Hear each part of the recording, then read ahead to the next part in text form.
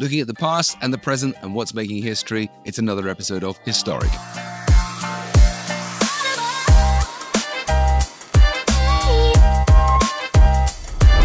We've just celebrated an extraordinary anniversary in church history. Reformation Day, 31st of October, the day on which Luther nailed his 95 Theses to the door of Wittenberg Church. We celebrated this with a little video on the social media. And if you'd like to learn more about Martin Luther, Roland Bainton's great biography on Luther, Here I Stand, is an outstanding introduction to him, looking at what was happening at the time and what his theology was, what had excited him, what had caught him up in the gospel. Also, his lectures on Galatians have been published in the last 10 years. Lectures, not the commentary. The lectures are where he really lets the dog off the lead. They're thrilling, highly recommended. In the present, we've had great times giving tours to people from Florida, India, London, Wimbledon, Florida.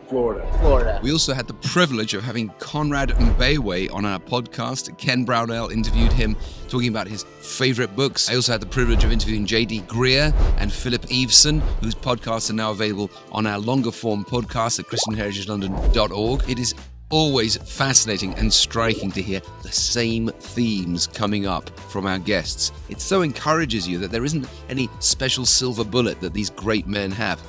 It's the gospel of Jesus. And Making History, the third volume of Jeremy Thomas's books on church history, is coming out. The Nation's Gospel, Volume 3. It'll focus on 1900 to 1945, and Jeremy himself will be being interviewed by Rico Tice. Details for that are at christianconcern.com. That's all for this time, but remember, Jesus Christ is the same, yesterday and today and forever.